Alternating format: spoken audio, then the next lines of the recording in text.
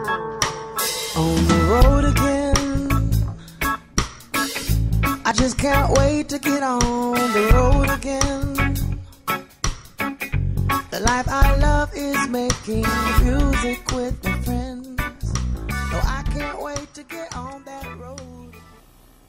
Alright, well, we are on the road again.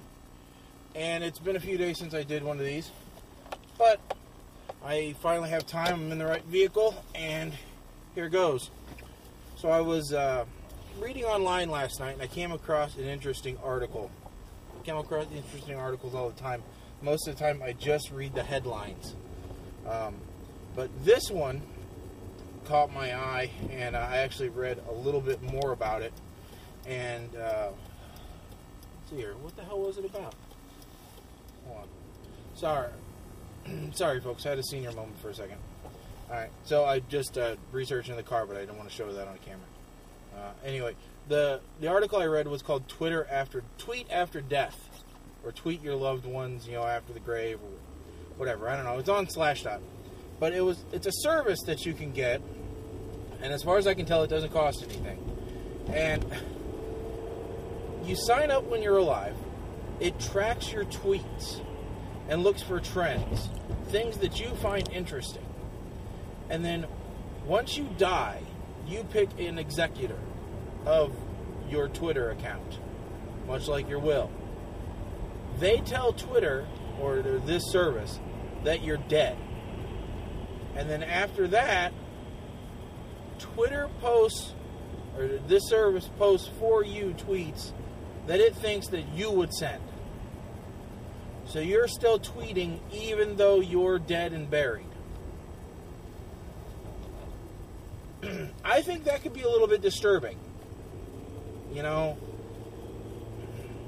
I would rather have a set of pre-programmed tweets that it just sends out at random intervals. Granted, it would also be disturbing, but it could be fun. For example, you could say, a week after I die, send out a tweet, "I'm not dead yet." Or, "Help, the FBI has me held captive. This is not a joke." Maybe another one a month afterwards, "This box is really dark and the worms are starting to come in." Another one, maybe a couple years afterwards, going, I don't know. I lost my joke there for a second. I don't know what it is. But, maybe one immediately following that says, "There's no white light. This is bullshit." Maybe something that says, "Ow, it's hot down here. Stop poking me with sticks." There's all kinds of creative things you could do. But I don't want to see somebody tweeting about how Justin Bieber's 17th album went gold because they like Justin Bieber in their regular life. If I want tweets from after the grave, I want them to be interesting. I want it to be something memorable. Like, who thought it was a good idea to bury Fluffy with me? He's pissed. Something like that. That would be fun. Disturbing, but fun. I don't know. Tweets from after the grave. Tell me your thoughts on tweets after the grave. That'll be the question for this show. Add it into the comments. What do you think? Do you want tweets after the grave?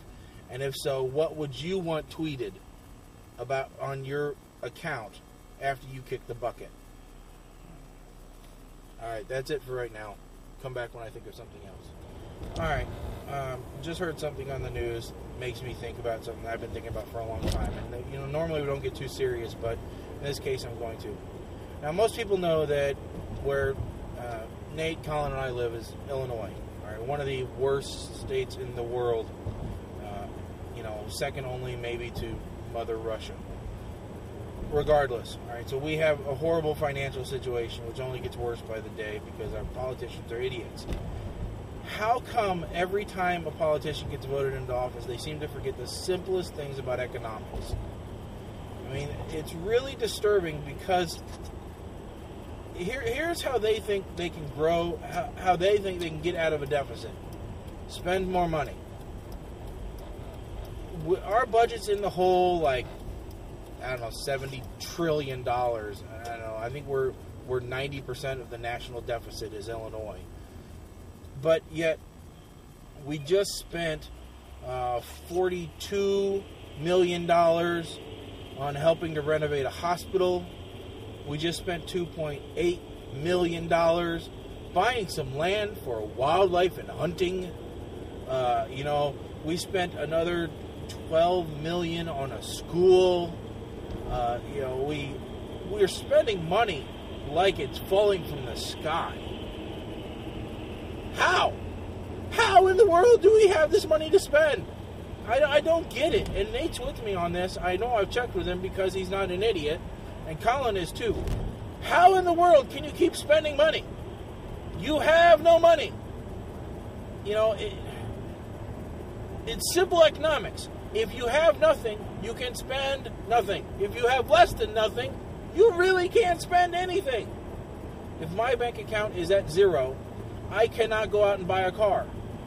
All right? I shouldn't be able to.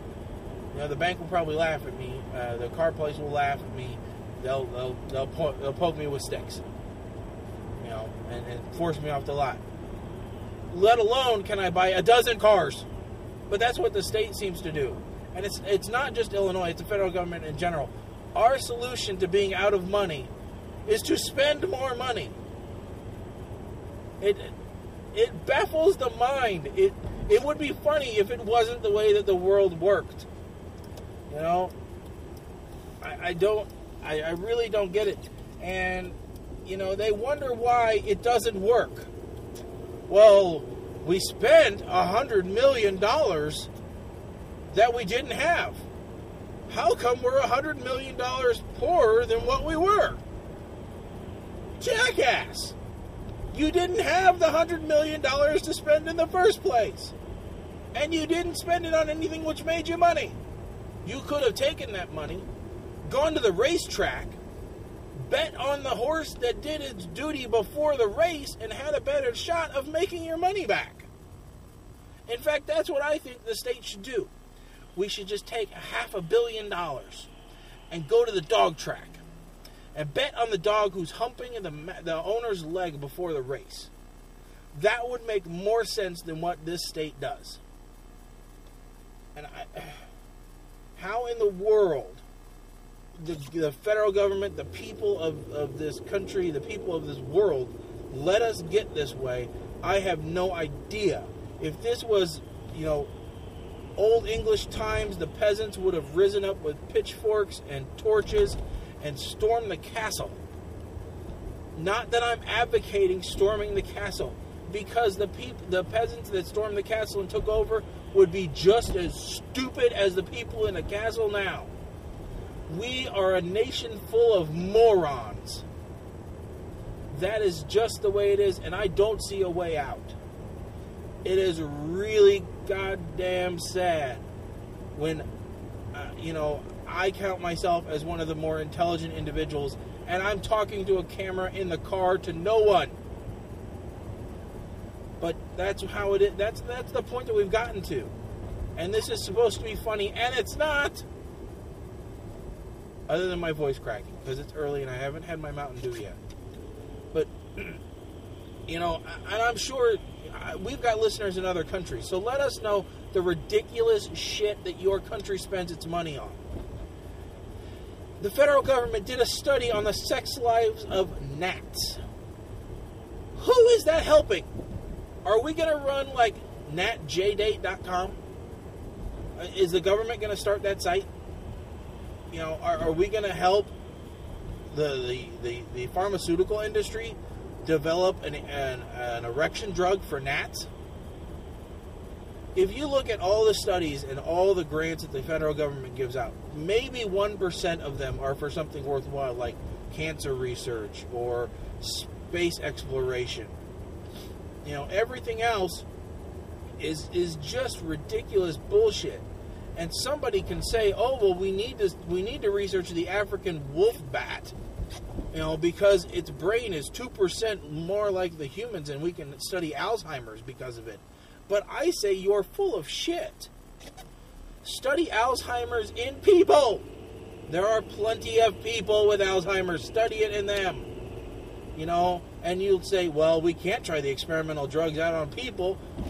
We might cure them. And then where will we be?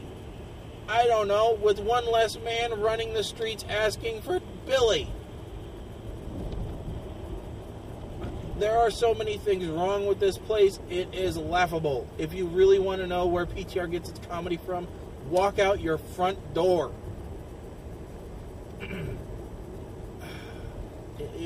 These are the types of things which get me upset. Is the stupidity, and a lot of the stupidity in government, and I don't ever talk about it on the show, because I know that there are strong opinions about it throughout the entire room, and we all agree. So it's stupid for us to all just sit around and agree. If one of us thought that the government was wonderful, that would be one thing, because it would be great to bash that person on the head with a 2x4 until some common sense got into their brain. However, that doesn't happen, because we're all decently intelligent people. So, I don't know what to tell you. I would tell you, if you're halfway intelligent, run for office and try and fix the problem. But you are watching a man talking to a camera in his car. So therefore, it's not likely that you're going to be part of the solution. Nor am I, because I am the man talking to a camera in his car. Let's just hope that when the nukes all bomb us, that it's quick and painless. That's what I hope. I don't want to be on the fringe. I want to be on one of the primary strike targets, which means I'll probably have to move. However, I hope that that is the case. With that said, I am almost to work, and I will be on the road again next time, so stay tuned. Oh, it's another fine morning. I didn't get any more recorded yesterday, so I figured I would give you guys 2 mornings in a row. It's a yucky morning, though. It's rainy and cold. It's supposed to turn really cold later this afternoon, so all this wonderful rain that we're getting will turn to ice. Then we're supposed to get snow, and then people will turn into idiots, because nobody seems to know how to drive when the weather's a little bit bad. I don't know why. It just happens. But that's not what I'm mainly going to talk about this morning, because I got an email. That's right. Somebody emailed. One person so far. And I don't have the email with me, so I don't remember who it was, but it was one of you guys that's following the channel, which I appreciate. And the question was that PTR watches, we reference a lot of movies, and so did any of us watch the Oscars? And if so, what did we think? Good question, actually. Now, I obviously can't speak for the other guys, but it sounds like a topic we wouldn't bring up because it would be kind of boring. Plus, we wouldn't be able to play most of the good parts on the air, and it would be kind of a short topic. So I figured I'd cover it here, and we'll go from there. I don't watch award shows. What I do is I wait for the good parts to go on YouTube, and then I watch the good parts there. I will tell you I was somewhat excited about the Oscars, though, mainly because Seth MacFarlane was hosting.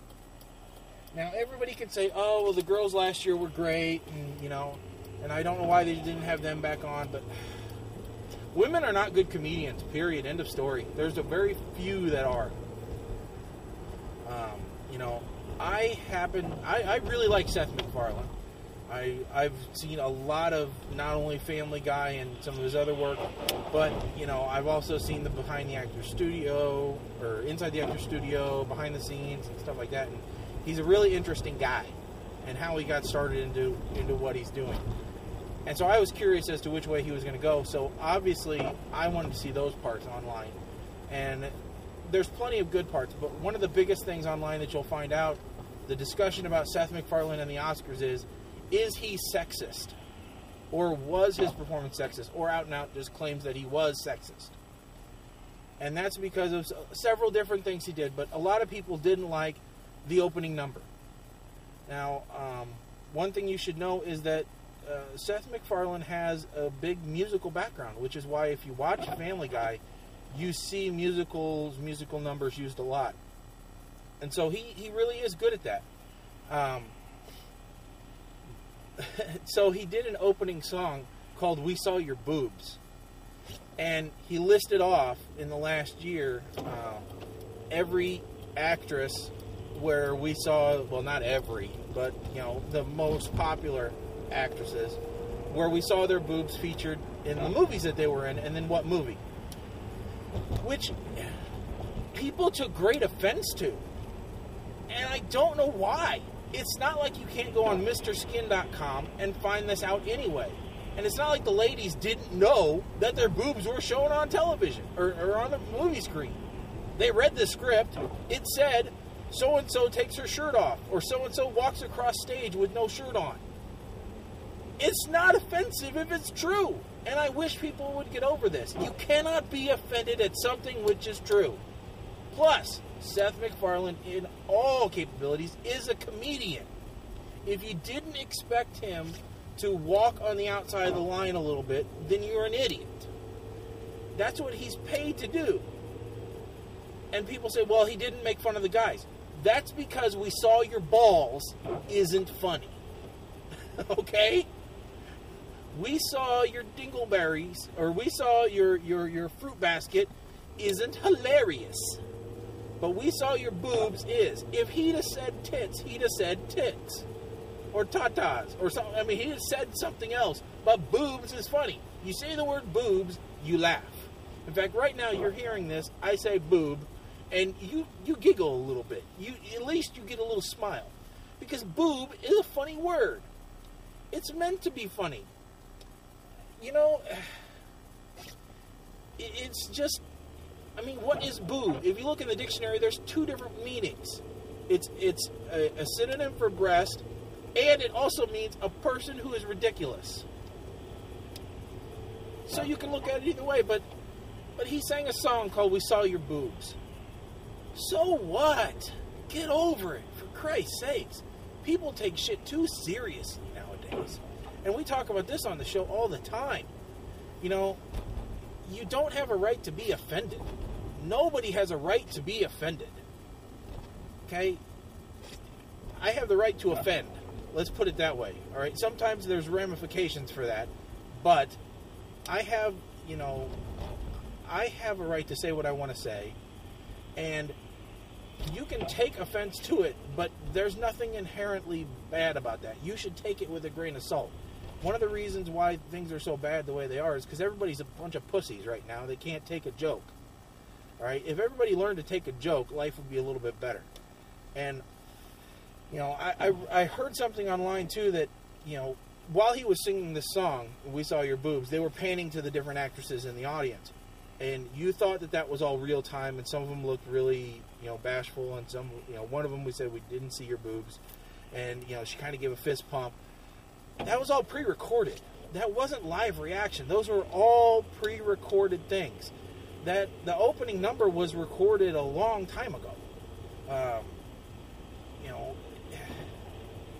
Anybody who thinks this whole thing is live is stupid, because they have to pre-record some of this shit. So, all in all, I thought Seth MacFarlane did a great job from what I have seen of him hosting. And, if he does become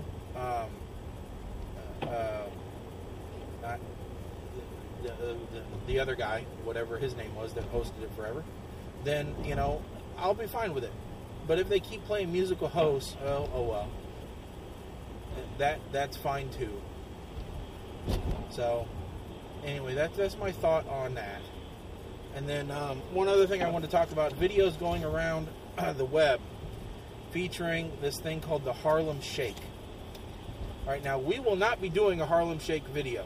I'm just going to tell you that right now, because it'll get us a copyright notice, and that'll get us in trouble. And if we did one, we'd have to post it just on our site, and we'd probably still get a cease and desist letter. But and it would be really difficult with us in two different locations. But that's just stupid. Have you guys seen these? Okay, so let me see if I understand this right. The scene starts out with one guy air humping something. All right? Then, as soon as the song kicks in and you hear the verse, "Do the Harlem Shake," there's a quick jump cut, and then everybody is doing something ridiculous. Banging their head against a bucket, rolling around in a sleeping bag, doing the worm, standing on their head, blowing a clown. That is entertainment? I mean, I understand the Rebecca Blacks, and I understand, all these other things, the Call Me Maybe, the Harley Rae Jepsen. I understand all those. I even understand, like, Epic Mealtime, and I definitely understand Epic Rap Battles of History, and I understand some of these. All right? These other viral videos like this, I don't quite get. I don't understand how that became... Who was the first guy to do it? And then who saw it and said, yes, that seems funny. I'm going to make a parody of this. Or I'm going to make a copy of this and then send it to all my friends. And all their friends said, that's funny. I'm going to do the same. And all their friends said, oh my God, that's hilarious. I'm going to do the same. How does this shit get going? What goes viral is completely absurd to me. We're funny all the damn time. I mean, constantly, 100% funny. This whole thing has been hilarious. If you haven't been laughing this whole time, you're broken. But, what goes viral is really weird. And I like when John from Gentleman's Rant said if he knew the secret, he would be a billionaire. Because it's true, because you just have no idea what's going to go viral and what's not. And, I mean, you could put all your effort into something, and it just bombs. And some idiot can make something like the Harlem Shake, and suddenly he's a god because he came up with it first. By the way, tell me which one was the first Harlem Shake video. Send that in the video response. I want to see the very first one. Not all the copies, but I want to know which one was the first one that inspired everything else. And if NASA does a Harlem Shake video and doesn't get a copyright notice, I want to know what's going on with the federal government where they can get away with it and we can't. Just like the Johnson style that we did before.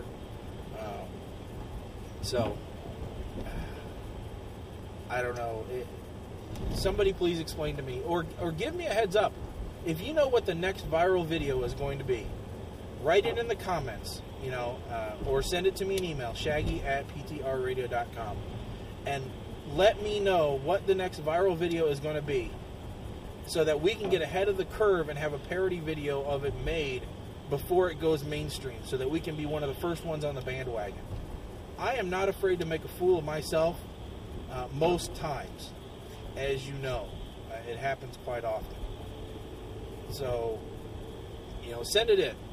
Also, as always, send in your questions, comments, suggestions for topics, Shaggy@PTR Radio, or the comments below, and we'll see what we can do. I'll see what I can do about getting them on. We're always adding more content to this channel and our regular show, so whatever we can do to make you guys tune in and interact more with the show, that's what we're going to do. So, with that said, this has been another rainy edition of On the Road Again. This will be the end of episode 5, and I'll see you in episode 6.